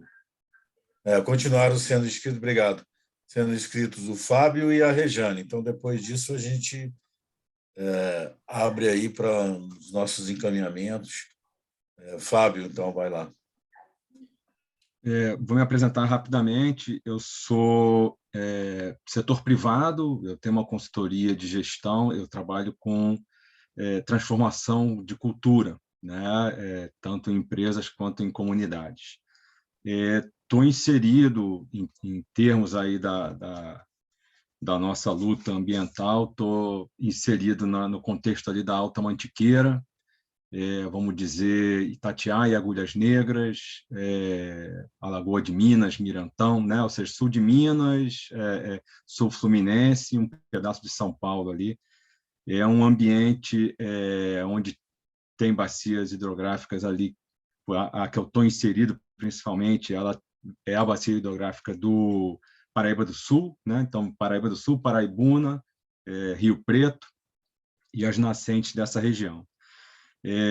Tenho conversado muito com pequenos agricultores, pequenos proprietários de terra, e o que eu percebo é o seguinte, e é isso que eu queria trazer aqui, né? A questão da democratização do acesso à informação, como eu posso... O pessoal falou muito aqui sobre o capitalismo, sobre o capital, né? O capital ele está presente de uma forma muito grande aí, e no micro também, na pessoa que precisa comprar pão, enfim, precisa da sua subsistência, né? Essas pessoas não sabem como subsistir conservando a terra, né? Eu comecei a conversar com pessoas dessa região, como é que é crédito de carbono, como é que é? Ninguém sabe. Os poucos que eu ouvi falar consideram pouquíssimo rentável, é muito mais rentável tirar a mata do que conservar, é muito melhor para mim pegar um pasto e aí talvez deixar ele crescer o mato do que continuar conservando uma mata que já está conservada, e só se fala de mata. Água não se fala. A água não está presente no debate em momento nenhum. Está presente sequestro de carbono, a floresta, posso derrubar candeia, não posso derrubar o eucalipto, o que eu posso fazer, o que eu não posso. A água ninguém menciona e ninguém respeita. Então, eu acho que a gente precisa tentar trazer um pouco essa mudança de foco, né? Porque floresta sem água não existe. Aí a Solange falando aí sobre o Pantanal, né? Alarmante, o Flávio também, alarmantes aqui os números. Então, trazer um pouco essa mudança de foco e começar a criar mecanismos que tornem realmente para aquele pequeno agricultor que tem uma nascente no seu terreno e que vai desmatar, né? Que seja rentável para ele não desmatar, e que seja democratizado o acesso a essa informação, porque você procura na internet e você não consegue saber. Eu tenho pesquisado sobre isso, até agora eu consegui perceber o que eu preciso fazer de estudos para entender como é que é a terra. Agora, qual é o retorno para o pequeno proprietário de conservar, isso ninguém conseguiu me dizer ainda. Então, eu acho que essa democratização, é isso que eu queria trazer, a democratização do acesso a essa informação para que o pequeno proprietário possa considerar, dentro das suas opções, conservar a terra e conservar a água. Era isso, obrigado. Obrigado, Fábio. Temos Rejane e Aníbal. E, pessoal, na verdade, até o Flávio está me agradecendo aqui, mas depois a gente, nos encaminhamentos, a gente precisa ver como é que faz, porque houve uma questão aqui que ninguém está conseguindo mandar a mensagem para todo mundo. As mensagens estão indo para mim só, e eu não sei o que foi que aconteceu. Quer dizer, isso, de qualquer forma, eu estou anotando aqui as mensagens, estou gravando aqui no hoje, não sei se na gravação ela permanece aqui gravada no chat, realmente não sei. Mas eu estou... Então, aqui, de qualquer forma, viu, Flávio? Quem mandou essa fala aqui foi o Luiz Gonçalves. Então, nós temos aqui, só para encerrar, então, aí o Aníbal se inscreveu ali depois, mas vamos abrir para o Aníbal, ele não falou ainda, né? Então, vamos... Mas primeiro, Aníbal, é a Rejane, depois é você, ok? E depois a gente faça para os encaminhamentos. Rejane, está com você a palavra. Boa noite de novo. É só para dizer que eu não estou ligando a câmera porque está muito ruim a internet aqui. Eu ouvi, assim, as pessoas falam muito do Comitê de Bacia, né? Eu já estou mais de 5 anos no Comitê de Bacias e eu estou vendo que eu já sabia, né, que na região amazônica não tinha o comitê, e eu estava vendo um debate e que uma das palestrantes da região amazônica trabalha na universidade e ela falou, olha, não tem como construir comitê de bacia aqui sem a população indígena. E quando a gente pensa no comitê de bacia, o que acontece? Tem todo um ritual, né? Qual é? Um processo burocrático. Você tem que ter um CNPJ, no seu regimento interno tem que ter que você faz trabalho com recursos hídricos, com rios, nessa área. E aí eu fiquei pensando que lá eu faço parte do Comitê de Bacia Hidrográfica da Baía de Guanabara, a gente está fazendo uma carta a gente fez uma proposta, a gente vai construir uma carta de intenção para os candidatos e candidatas a governadores do estado, né? Ou governadoras. E aí, assim, eu não estou aqui, né? Eu tive um aulão aqui, mas tem essa parte que é burocrática. Então, assim, nos locais que não tenham comitê de bacios, que já tenham, e que a população ribeirinha, quilombola, indígena ainda não esteja, tem que colocar na lei, porque senão vai ficar só essa sociedade, porque qual é o modelo? É a sociedade civil, o usuário, né, que no nosso, por exemplo, quem é usar a Coca-Cola, a SEDAI, e o poder público no âmbito municipal, federal e estadual. Então, pensar nisso, porque a gente fala assim, vai criar o comitê, mas já coloca, né, já constrói, né, quem puder, quando puder, se puder fazer essa carta de intenção, já coloca da forma como deve ser para essas regiões, porque aqui no nosso caso não tem, então a gente nem se tivesse aparecer, a gente vai fazer uma força para o que o governo do estado possa colocar, mudança na legislação. Mas como quem constrói o comitê de bacia é o governo estadual, né? Por força de lei, mas tem que ser o governador ou a governadora, já trazer esse diálogo, dizendo, olha, a população ribeirinha não vai ter CNPJ, a população indígena não vai ter, o quilombola também não. Mas eles têm que estar dando comitê com direito a voz e voto. Porque a gente vê, às vezes, muito espaço, a gente tem que brigar em muitos espaços, porque às vezes, não pode falar, pode sim, esse é o espaço que as pessoas podem falar, elas podem não votar, mas elas podem falar. Mas, dependendo da região, ainda tem mais esse plus, no caso, para fazer. Obrigada, gente. Obrigado, Rejane. Aníbal, vai lá, está com você. Boa noite aí ao grupo. Eu sou arquiteto e urbanista. Rio das Flores é um município fluminense, um dos menores, do Médio Paraíba, aqui do Médio Paraíba, da região de Volta Redonda, né? E aqui fica na divisa com Minas Gerais, Zona da Mata, Belmiro Braga. Rio das Flores deve ter 10 mil habitantes, Belmiro Braga 5 mil. Eu moro no distrito, na Beira Rio, onde passa o Preto. A localidade tem 1.000 habitantes, uma localidade de cada lado. Então, aqui o que pega é o projeto de uma PCH no Rio Preto. O Rio Preto é considerado um dos principais rios da bacia do Rio Paraíba do Sul, né? Porque é uma região ainda semi-rural, está entre o Paraíba do Sul e o Rio Paraibuna, e como é muito difícil contra esses rendimentos. Tem 20 anos que a gente está nessa, eles sempre voltam, né? E o que o Flávio comentou, de tratar esses rios como especiais, merece, Já buscamos com o Comitê de Bacias, foi feito um fórum em Visconde de Mauá, 2012, ação judicial, denúncia no Ministério Público, e o projeto volta. E é muito difícil. Aí, quando pensa assim, tem alguma coisa tombada, o IPHAN fala que não tem e lava a mão, né? Lava as mãos.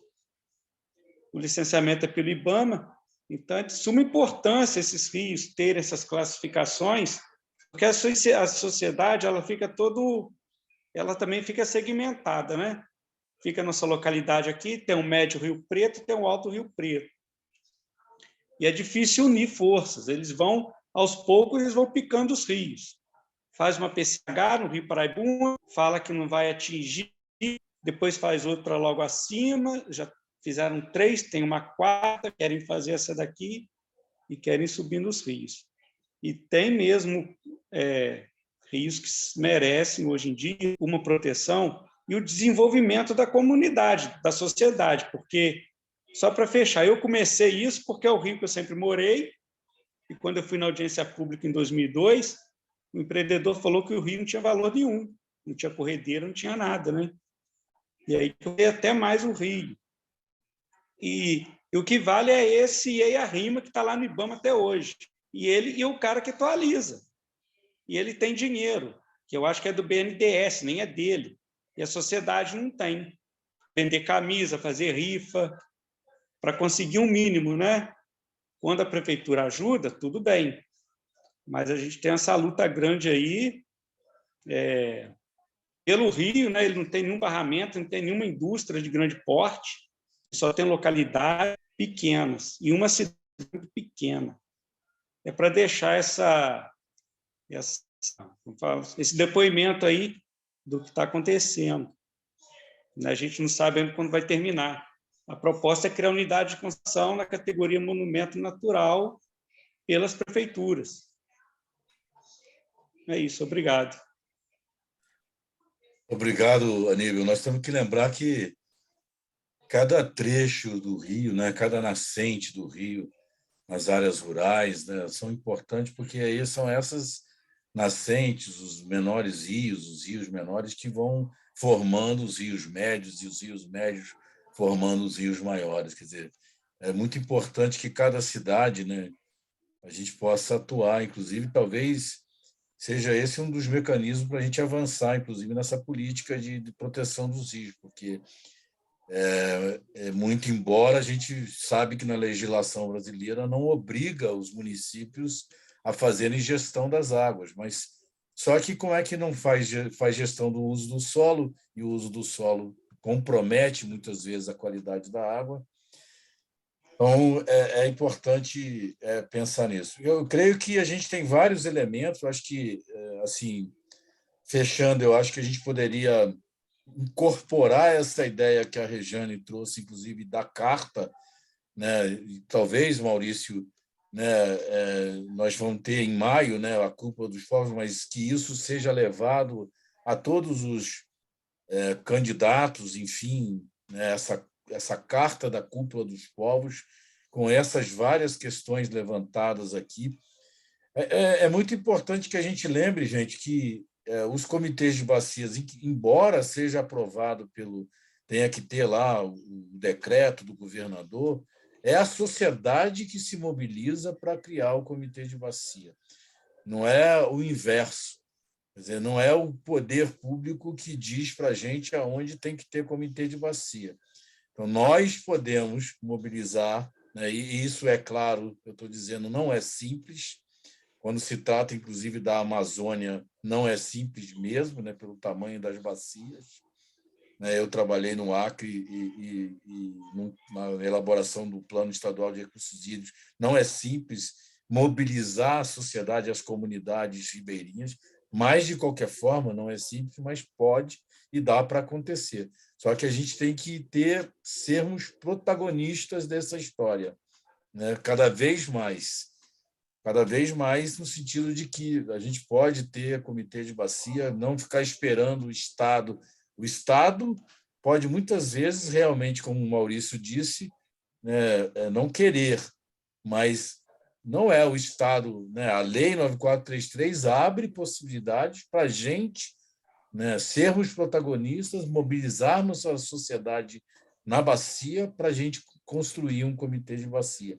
E, é claro, a gente precisa ir, né, reformulando, modulando, melhorando essa questão da representação que a Regiane trouxe. Lembrando que, no caso das comunidades indígenas, inclusive, é obrigatório ter presença da comunidade indígena nos comitês aonde tem comunidade indígena. É claro que isso garante que tenha comunidade indígena nos comitês? Não garante. Mas está escrito na lei, só para a gente lembrar, né? Que precisa. No caso, talvez seja o caso de conquistarmos também a garantia de ter comunidade quilombola, etc. Mas também temos a questão de gênero, que no próximo debate, com certeza a Fernanda, que está aí junto com a gente, vai trazer isso, né, para dentro dessa discussão. Então, assim, eu coloquei aqui um Instagram para vocês seguirem, que é o da Cúpula dos Povos, está no chat, né? Se for o caso, eu repito aqui de novo. É importante que a gente acompanhe, né? O próximo debate será sobre saneamento ambiental e revitalização de bacias hidrográficas, será no dia 25 de abril, às 19 horas. No dia 2, nós teremos a questão da governança e participação social, e no dia 9 vai ter uma integração de todos esses debates. Então, acompanhem lá. Eu não sei aqui o que houve, porque o que vocês colocam aqui no chat está indo só para mim, ninguém consegue mandar para todo mundo, só eu. Eu realmente não sei o que houve. Eu coloquei a Fernanda e o Maurício para tentar resolver isso, mas acho que não conseguiram, né? Mas, de qualquer forma, a gente tem que ver como que talvez a própria organização depois passe para todo mundo, né? Eu estou gravando aqui, eu estou copiando aqui os e-mails que vocês mandaram com os endereços de vocês, endereços de e-mails, para a gente criar esse mecanismo de contato entre nós aqui. E, além disso, para quem não conhece, eu coloquei aqui, né, no chat a defesa da Lei 9433 e uma nota técnica sobre o PL 4546, que está no site do Observatório. Está no chat aqui para vocês lerem e conhecerem, né, essa nota. O PL é só vocês colocarem no Google PL 4546 que vocês chegam nele. E essa coisa aqui de bonito aqui foi a Fernanda, para fazer jus aí a quem colocou, né? Foi a Fernanda Davina que colocou aqui a informação sobre Bonito, que foi uma das primeiras cidades a dar aos rios os mesmos direitos dos cidadãos. Então, o Maurício, não sei se você quer fazer aí uma finalização de mais alguma questão de encaminhamento. Fique à vontade aí, como membro do FBONSA. E a partir da gravação e das proposições, a gente vai fazer um resumo, né, que vai somar com as outras atividades para desembocar no dia 9, né? Eu também acho que, se todo mundo concordar, os pontos que foram colocados no chat, a gente pode se incorporar no WhatsApp do Círculo para as informações rodarem, né? Mas essa ideia de fazer projeto de lei de iniciativa popular, eu acho que tem que ser uma das nossos registros programáticos, né? Combinando aí até com a Aníbal, o problema do EARIMA, né? E as audiências públicas que são só para inglês ver, né? Talvez pensar melhor em como qualificar essas audiências públicas de estudos de impacto ambiental, que não estão servindo para nada, a não ser validar as agressões ambientais. Tem uma reunião quarta-feira agora da articulação do núcleo de articulação desse ciclo, né, para a gente preparar os próximos encontros. E a agenda que você colocou aí, a partir da próxima segunda-feira, são 3 segundas-feiras seguidas, que nós vamos ter debates em cima do tema da água, né? E também aquelas entidades que querem fazer atividades autogestionadas, por volta do dia 25 vai estar aberto também as inscrições. Então, também tem essa oportunidade. Do resto, acho que a gente conseguindo, avançamos bem hoje, tem bastante... a ideia do Flávio, do PL, me deixa muito animado, viu, Flávio?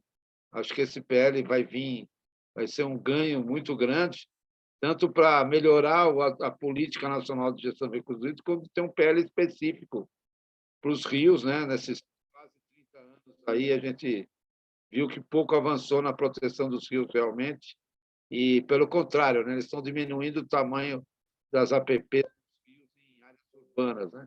Então, ainda é o contrário, né? Então, eles estão sabendo bem usar o parlamento. Nós é que temos que começar a se organizar melhor para além de nossos parlamentares.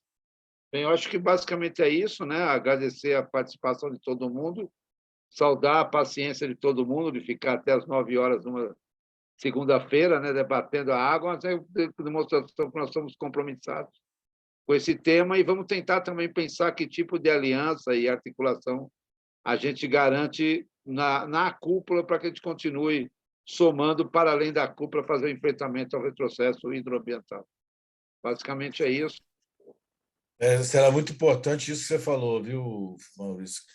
Que a gente, para além da cúpula, acho que o grande objetivo da cúpula deve ser buscar essa permanente mobilização, de alguma forma, com esses que a gente está aqui, né, conquistando os corações e trazendo aqui para o debate.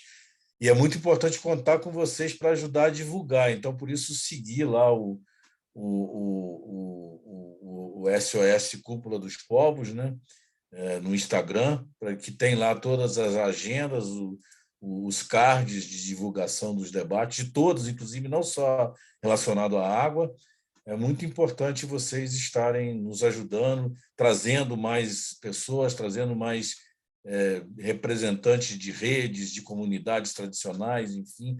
É só assim que a gente consegue ampliar cada vez mais essa rede aqui, para ter ainda mais debate, trazer mais vozes, né, que não estão sendo ouvidas por aí.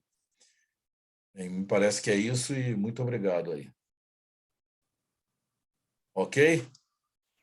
Boa noite, gente. Ok, gente. Boa noite. Um abraço. Tchau, boa noite. Boa noite a Bom descanso a todos. Boa noite. Prazer, boa noite. Até mais. Boa noite a todos. Obrigada. Obrigada. Boa noite. Boa noite. Boa noite.